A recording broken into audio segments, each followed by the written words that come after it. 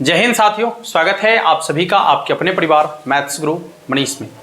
दोस्तों, मैं हूं एमके एक्सपर्ट और बिहार बोर्ड की तरफ से एक बहुत बड़ा जो है अपडेट है।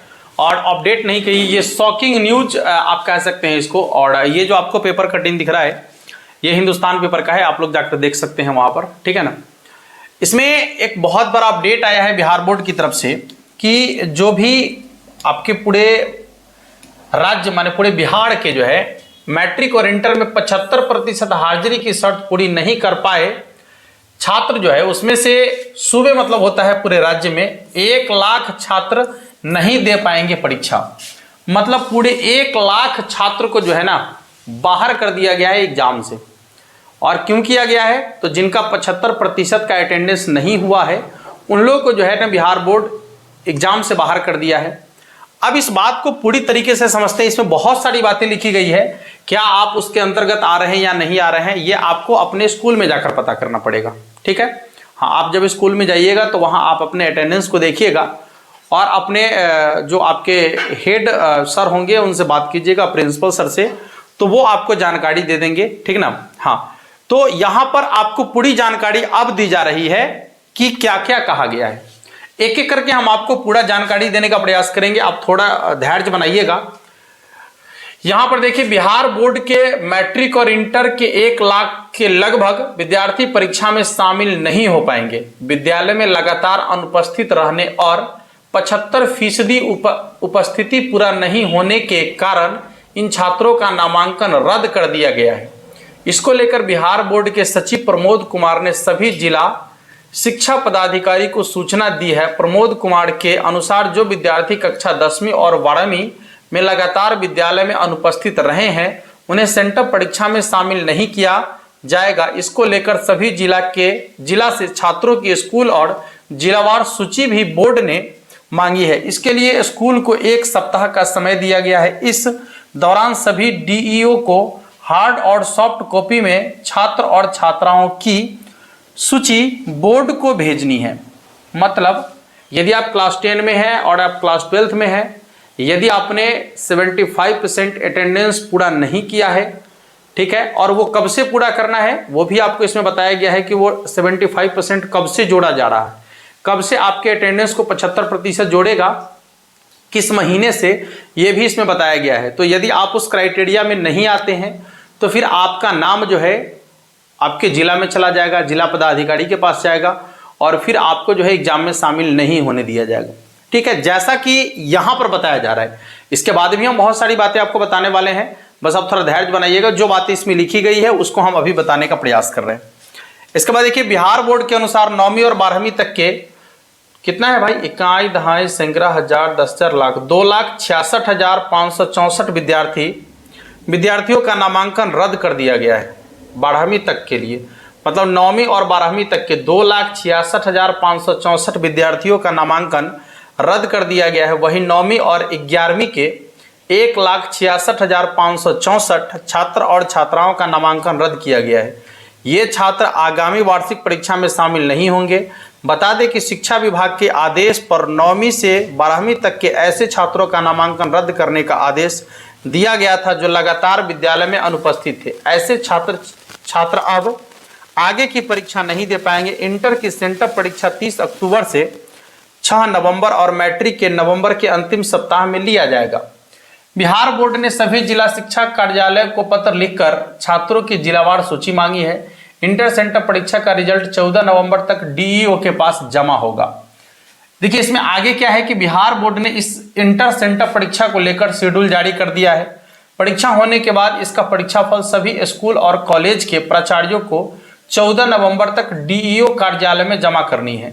परीक्षाफल के साथ सेंटअप परीक्षा में अनुपस्थित और अनुत्तीर्ण परीक्षार्थियों की सूची भी बोर्ड को उपलब्ध करवाया जाएगा। सेंटअप परीक्षा में वही छात्र शामिल होंगे जिनका स्कूल में 75% उपस्थिति पूरी है। इसको लेकर बिहार बोर्ड से पत्र प्राप्त हुआ है। स्कूल वार छात्रों की सूची तैयार की जा रही है, इसे बोर्ड को भेजा जाएगा। इसमें देखिए कि बहुत हमने तो लाख ही बताया, लेकिन अब जाके पता चल रहा है कि लगभग 4 लाख विद्यार्थी को जो है ना यहां बाहर कर दिया गया है। आप गौर से देखेंगे तो 9वीं से लेकर 12वीं तक में 2,66,000, सॉरी 2,66,000 मतलब 2.5 लाख, केवल 2.5 लाख ही, 2,66,564 विद्यार्थी का नामांकन रद्द किया गया है। वही 9वीं और 11वीं के जो है ना 1,66,564 को यदि हटा दिया जाए तो लगभग 1 लाख विद्यार्थी जो है, लगभग 1 लाख विद्यार्थी को जो है यहाँ पर एग्जाम से बाहर कर दिया गया है। 9वीं और 11वीं का तो बोर्ड एग्जाम है नहीं, वैसे विद्यार्थी 1,66,564 है। तो लगभग 1 लाख विद्यार्थी को जो है ना बिहार बोर्ड ने एग्जाम में बैठने से जो है ना उसका नामांकन ही रद्द कर दिया गया है। अब आइए कुछ बातें और हम आपको बताना चाहेंगे। यहाँ पर जो मुख्य बातें यहाँ पर लिखी हुई है कि आपका जो एग्जाम होगा वो 14 नवंबर तक जो आपके डीईओ कार्यालय है जिला में, ठीक ना, वहाँ तक रिजल्ट भेजना है। आपके स्कूल के जो प्रधानाध्यापक होंगे वो भेजेंगे और उसमें जो बच्चे अनुत्तीर्ण हुए हैं, मतलब जो बच्चे पास नहीं हुए हैं उनका भी लिस्ट होगा, जो बच्चे पास हुए हैं उनका भी लिस्ट होगा, ठीक है ना, जो बच्चे अनुपस्थित रहे हैं उनका भी रिजल्ट मतलब लिस्ट उसमें दिया जाएगा। और बाकी 75% जिनका अटेंडेंस नहीं है उन बच्चों को तो स्पष्ट रूप से जो है ना बिहार बोर्ड ने जो है ना बैठने का अनुमति नहीं दिया है। ये लेटर सभी स्कूल में दे दिया गया है बिहार बोर्ड की तरफ से। अब आइए आपके अमित कुमार डीईओ पटना के जो है वो क्या कर रहे हैं, अप्रैल से उपस्थिति को हुआ लेखा जोखा, मतलब आपके 75% का अटेंडेंस का लेखा जोखा जो है ना अप्रैल महीने से जोड़ा जा रहा है। मतलब जब से आपका सेशन शुरू हुआ है, मार्च सेशन खत्म होकर अप्रैल से जब से आपका सेशन शुरू हुआ है तब से आपका जो है ना अटेंडेंस जोड़ा जा रहा है कि अप्रैल से लेकर और आप नवंबर तक आपके अटेंडेंस जो है 75% अटेंडेंस होना चाहिए। यदि आपका अटेंडेंस 75% नहीं हो रहा है तो फिर आपको जो है ना बोर्ड एग्जाम में बैठने नहीं दिया जाएगा। अब देखिए केवल 1 लाख बच्चों का नामांकन रद्द हुआ है अभी तक, ठीक है ना, और बहुत सारे बच्चे का अटेंडेंस अभी जोड़ा जा रहा है, उसका लेखा जोखा मंगाया जा रहा है। पता नहीं उसमें और कितने विद्यार्थियों को बाहर किया जाएगा, ठीक है, और आप इसमें शामिल हैं या नहीं है ये एक बार आप खुद पता कर लीजिएगा। अन्यथा यदि ऐसा कुछ होता है तो हम आपको बता दें कि आपका 1 साल पूरा बर्बाद होने वाला है, ठीक है। हाँ, एक छोटी सी भूल, एक छोटी सी गलती की वजह से। अब कुछ बातें अपने तरफ से हम आपको बताना चाहेंगे कि बिहार बोर्ड की जो मंशा है, जो बिहार सरकार की मंशा है, वो केवल और केवल आपको स्कूल बुलाना चाह रही है, बाकी पढ़ाना नहीं चाह रही है, ठीक है। इस पर हम बातें जो कह रहे हैं ये सच भी है, करवा भी है, और हमने कई बार ये बातें कहा है कि यदि आप हमें सिर्फ अटेंडेंस के लिए स्कूल बुला रहे हैं तो फिर स्कूल जाने का कोई मतलब नहीं है। यदि आप स्कूल मुझे पढ़ने के लिए बुला रहे हैं तो आप 70% का जो थप्पा लगा रहे हैं, ये 70% नहीं, ये 100%, ये 95%, ये 90% अवेलेबल हो जाएगा बच्चों का। लेकिन आप पढ़ने के लिए बुलाइएगा, तब केवल अटेंडेंस के लिए बुलाइएगा तो फिर बच्चे वहाँ जाएंगे, क्या करेंगे बच्चे वहाँ जाके, मारपीट करेंगे, झगड़ा करेंगे, तो और भी कर भी क्या सकते हैं। जब बच्चा खाली रहता है तो कहा गया है खाली दिमाग शैतान का होता है। वहाँ पर अच्छी व्यवस्था नहीं है, स्कूल में सही शिक्षक नहीं है, वहाँ पर सभी सब्जेक्ट का टीचर अवेलेबल नहीं है, बच्चों को बैठने का सही व्यवस्था नहीं है, तो व्यवस्था बेहतर है नहीं और केवल अटेंडेंस पर आकर आप रुक चुके हैं। एक बार व्यवस्था को भी देख लिया कीजिए। यदि व्यवस्था बेहतर है तो बच्चे जाने के लिए खुद तैयार हैं। बच्चे कभी नहीं चाहेंगे कि हम स्कूल ना जाएं।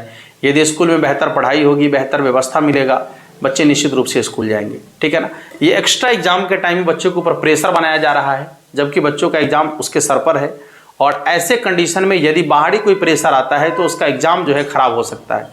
तो बच्चों को इस तरीके से मतलब प्रेशर डालकर उसके एग्जाम को बर्बाद करने का प्रयास ना किया जाए और इन बातों को ध्यान में रखा जाए। क्योंकि जब 1 साल बच्चे का बर्बाद होता है ना, आपके 1 मिनट और 1 घंटे का बहुत बड़ा मतलब मायने होता है, और बच्चे का 1 साल बर्बाद हो रहा है। इसलिए इन चीज़ों को समझने का प्रयास किया जाए और इसको अमल करते हुए जो है ना, इस पर कड़ी से कड़ी जो निर्देश है वो निश्चित रूप से लागू होनी चाहिए। और ख़ासकर आप लोगों से कहेंगे कि इस वीडियो को ज़्यादा से ज़्यादा शेयर करने का प्रयास करेंगे ताकि ये वीडियो उन लोगों तक पहुँचे और आप अपने दर्द को साझा कर सकते हैं वीडियो के माध्यम से, ठीक है। आपके पास जो व्यवस्था है उसके माध्यम से आप अपनी समस्या को रख सकते हैं। ये स्वतंत्र देश है और इस देश में कहा गया है कि जनता का शासन होता है, बट मुझे ऐसा नहीं लगता, ठीक है ना। यहाँ पर ऊपर बैठे जो भी लोग हैं अपने मन से सब कुछ चला रहे हैं। ज़मीनी स्तर पर नीचे आकर कभी देखना चाहिए उनको कि वाकई में चल क्या रहा है। ठीक है ना। बाद बाकी अपडेट आप लोगों तक पहुंच गया है, आप लोग घबराएंगे नहीं और इस जानकारी को जो है ना अपने स्कूल तक जाकर एक बार चेक कर लेंगे। इससे ज़्यादा कुछ करने की ज़रूरत नहीं है। धन्यवाद।